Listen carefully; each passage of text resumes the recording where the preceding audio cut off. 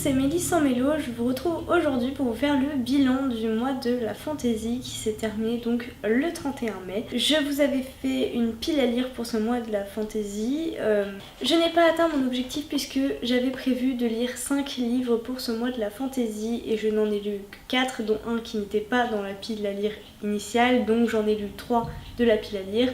Et l'un de ces 3 livres, je ne l'ai terminé que le 3 juin, donc avec 3 jours de retard. Voilà.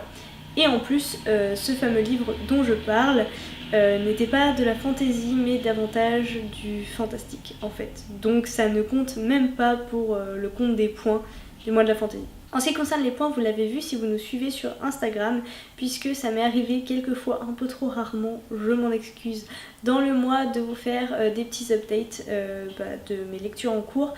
Et je vous ai expliqué que en fait les points, j'ai pas dû bien comprendre comment ça se passait. Alors on m'a expliqué entre temps, notamment Maud qui m'a expliqué sur Instagram, même si les histoires de catégories c'est super sympa, mais comme personne ne compte de la même façon, finalement je préfère faire sans les points. J'ai pu lire et terminer Les Seigneurs de Bohême que j'avais mis dans la catégorie le livre qui vous fait le plus peur, donc parce que c'était une grosse brique, tout ça, je vais pas vous réexpliquer.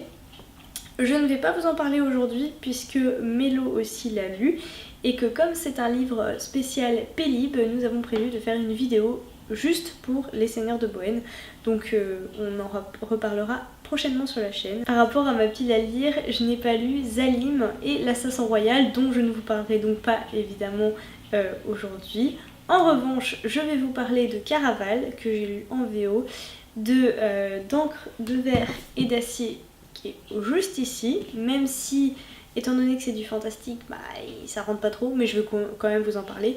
Et enfin, j'ai lu La part des ombres, le tome 2 de Gabriel Katz. Je vais commencer par Caraval. Pour faire un petit résumé de cette lecture, on va suivre Scarlett et Donatella qui sont deux sœurs qui, depuis qu'elles sont toutes petites, rêvent de Caraval, donc qui est un jeu en fait organisé par le maître légende de Caraval, qui est un homme autour duquel de nombreuses légendes tournent, donc il s'appelle Légende d'ailleurs, bon. Et en fait, Scarlett et Donatella veulent à tout prix voir Caraval, elles veulent à tout prix faire partie de ce jeu, et donc Scarlett écrit depuis qu'elle est toute petite à Légende dans l'espoir qu'un jour il lui répondra, et alors qu'elle va bientôt se marier, il lui répond et l'invite à venir avec sa sœur participer à Caraval. Donc comme je vous l'ai dit, je l'ai lu en VO, ça a été une difficulté supplémentaire parce que je pensais qu'il serait un peu plus abordable que ce qu'il est en réalité. Ce qui se passe, c'est que c'est un monde, comment dire, au début c'est assez carré, voilà, on sait où on est, les descriptions sont simples, très claires. Et après on arrive dans un univers complètement magique, donc Caraval en fait. Et là ça devient beaucoup plus compliqué à suivre parce que beaucoup plus onirique, il y a énormément d'éléments magiques, beaucoup d'illusions, beaucoup de jeux. En fait voilà, le principe de Caraval c'est qu'on est dans un jeu qui est une énigme en fait qu'il faut résoudre pour les joueurs. Et celui qui résout cette énigme a le droit à un vœu à la fin. Donc on nous répète tout le temps qu'on est dans un jeu. Des personnages nous disent que tout ce qu'on vit, tout ce qu'on lit, tout ce qu'on comprend n'est pas réel, mais en même temps, aux yeux de notre héroïne, c'est tellement réel qu'on est vraiment plongé dedans. J'ai beaucoup aimé ça. Le fait de suivre Scarlett à la première personne fait que, finalement, en tout cas en ce qui me concerne, j'ai eu beaucoup mal à imaginer une autre réalité que ce qu'elle imaginait. J'ai beaucoup aimé la partie qui concerne Légende, donc le maître de Caraval, toutes les légendes qui tournent autour de lui, son histoire, enfin ce qu'on arrive à comprendre de son histoire. Voilà, le fait encore une fois qu'on ne sache pas trop ce qui est réel et ce qui ne l'est pas. C'est un personnage qui est très intriguant, très mystérieux jusqu'à la fin, la toute fin. Le lien entre Scarlett et Légende, j'ai bien aimé, mais il y a un moment donné où ça tourne un peu à la malédiction.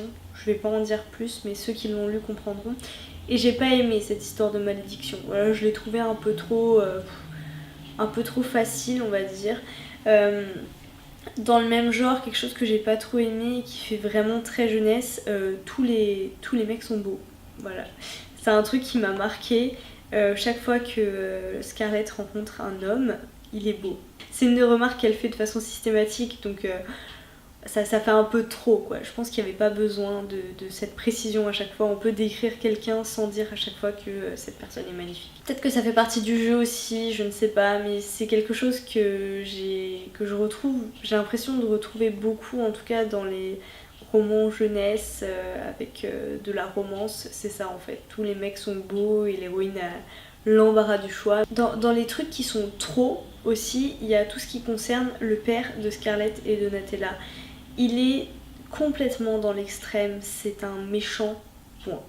Alors encore une fois c'est sûrement le fait de le voir du point de vue de Scarlett puisque les deux jeunes filles se font battre par leur père qui en plus a vraiment un côté hyper sadique parce que quand l'une des deux sœurs fait une erreur, c'est l'autre qui se fait battre en fait. Je pense que ça renforce la cohésion entre les deux sœurs au lieu de les séparer. Donc je trouve l'idée un peu farfelue mais voilà, ça fait de lui un gros méchant, très sadique. Ça manque d'équilibre donc et j'aurais aimé avoir plus d'éléments sur l'homme qu'il était. Est-ce qu'il a toujours été comme ça? A priori non, c'est ce qu'on comprend mais j'aurais aimé en savoir plus. Et dans le même genre, il manque, je trouve, d'éléments par rapport à la mère des deux filles. On sait qu'elle est partie. Finalement, on ne sait pas grand chose à son sujet. Il y a quelques scènes un peu violentes qui environnent Scarlett d'une aura de danger et qui nous fait nous demander si, encore une fois, si c'est vraiment réel ou si ça ne l'est pas. J'ai pas pleuré mais j'aurais pu, j'ai eu le cœur serré à plusieurs reprises. J'ai beaucoup aimé Scarlett, j'ai trouvé que l'auteur était dur dans ce qu'elle lui faisait traverser comme épreuve et je me suis sentie aussi perdue qu'elle et j'ai vraiment beaucoup aimé ça. Donc c'était une bonne lecture, quoique un peu compliquée du fait de l'anglais. Voilà, à part ces quelques points négatifs que je viens d'évoquer, j'ai bien aimé l'impression d'être voilà, dans un univers complètement fou, ça m'a beaucoup plu. Après, je ne me souviens plus exactement de la fin, je crois que la fin amène une suite, il y a un deuxième tome, je l'ai appris. Alors je suis un peu déçue parce que je pense que ça aurait pu faire un tome unique, ça aurait été très bien comme ça. Je vais vous parler maintenant de ma lecture d'encre de verre et d'acier de Gwendolyn Clark, qui donc ne peut pas être comptabilisée pour le mois de la fantasy, mais dont je vous parle quand même parce que c'est du fantastique, steampunk, enfin bref. La couverture me faisait super envie, le titre aussi, et en fait c'est le concept qui m'a vraiment attirée, le concept de pouvoir créer des mondes en écrivant. J'ai trouvé ça fantastique comme idée. Cette histoire se passe en 1891 entre Paris, Amsterdam et Pise, il me semble, et le monde de Veldana. Le grand principe, c'est qu'il y a en ce monde 3 folies dont les gens peuvent être atteints et qui font d'eux des génies dans ces spécialités. Ces 3 disciplines sont la scriptologie, l'alchimie et la mécanique. Donc avec ces 3 éléments-là, on se retrouve, du moins de mon point de vue, dans un univers assez steampunk. J'ai évoqué Veldana un peu plus tôt, c'est un monde qui a été scripté par un scriptologue et dans lequel des êtres humains vivent. Le principe de la scriptologie donc c'est qu'on peut grâce à l'écriture dans un livre spécial avec une encre spéciale je crois, créer un monde. Que ce soit juste une pièce ou une terre complète, à condition, pour que ce soit vivable, d'y inscrire toutes les propriétés physiques indispensables à la vie, donc que ce soit la gravité, l'air respirable, l'humidité, enfin tout doit être extrêmement précis, tout comme l'alchimie et la mécanique d'ailleurs, ce sont des disciplines qui demandent rigueur, précision et un brin de folie. Cependant, j'ai eu un peu de mal à rentrer dedans à cause de l'écriture. Je ne suis pas super fan. Alors c'est très jeunesse, j'ai trouvé par certains aspects. C'est à peu près un point de vue interne, mais pas trop non plus. On a l'intervention des personnages, enfin l'intervention des pensées des personnages par des ponctuations dans la narration du genre bref ou des petites blagues un peu. Enfin, je sais pas, j'ai été assez mal à l'aise avec cette écriture, j'ai pas forcément apprécié. Pour ce qui est du côté jeunesse, on le retrouve beaucoup dans les dialogues et les réactions des personnages les uns avec les autres. Les amitiés qui se créent sont pour moi en tout cas beaucoup trop rapides, un peu trop, j'ai envie de dire surjouées, mais bon c'est pas trop ça rentre pas trop dans le contexte, mais vous avez compris l'idée, ça va trop vite, ça fait pas réel. Et ça contraste beaucoup, alors ça pourrait passer en fait, parce que finalement ils sont pas très âgés, enfin si, ils ont quand même 17 ans je crois. Ça pourrait passer s'ils avaient, je sais pas, 12, 14. Mais là en fait, et encore s'ils étaient tout le temps comme ça, mais ça oscille avec un comportement extrêmement adulte, très mature parfois. Notamment dans la romance. Voilà, ce côté jeunesse m'a un petit peu dérangée, j'ai trouvé qu'il y avait trop l'accent dessus et ça se retrouve également dans la quête puisque dès le début de l'histoire, la mère d'Elsa est enlevée et donc l'objectif c'est de la retrouver. Cette quête peut paraître un peu trop jeunesse. Il y a des obstacles qui arrivent sur le chemin de nos protagonistes mais la résolution est parfois trop facile, trop rapide. On a l'impression que c'est un gros problème, que la résolution... Enfin, je m'attendais à ce que les résolutions de ces problèmes prennent du temps, à ce que ce soit compliqué, à ce que ça demande des sacrifices, mais non, tout paraît extrêmement facile. J'aime les énigmes et les jeux de pistes. Il y en a quelques-unes dedans que j'ai trouvées assez sympas et bien trouvées, mais encore une fois... il n'y a pas d'échec en fait. On a l'impression que parce qu'ils sont ensemble, et ils sont 4, on va suivre 4 ados, parce qu'ils sont ensemble, tout est extrêmement facile. Et d'ailleurs, c'est dit à plusieurs reprises, hein, le fait d'être ensemble rend les choses faciles. Voilà, encore une fois, parfois par rapport à l'écriture, il y a quelques accents qui sont mis à certains endroits et c'est too much pour moi. En revenant sur ce que je disais par rapport aux énigmes, ça aurait demandé, je pense, plus d'approfondissement. On aurait pu aller plus loin, quitte à rajouter quelques pages, mais pour rendre les choses un peu plus compliquées. Par rapport à ce côté jeunesse, encore un point, j'aurais aimé voir plus de parallelzones, donc ce sont les fous. J'aurais aimé voir plus d'entre eux adultes à l'œuvre. On sait qu'il y en a, qu'il y a l'ordre d'Archimède, donc qui essaie de les protéger.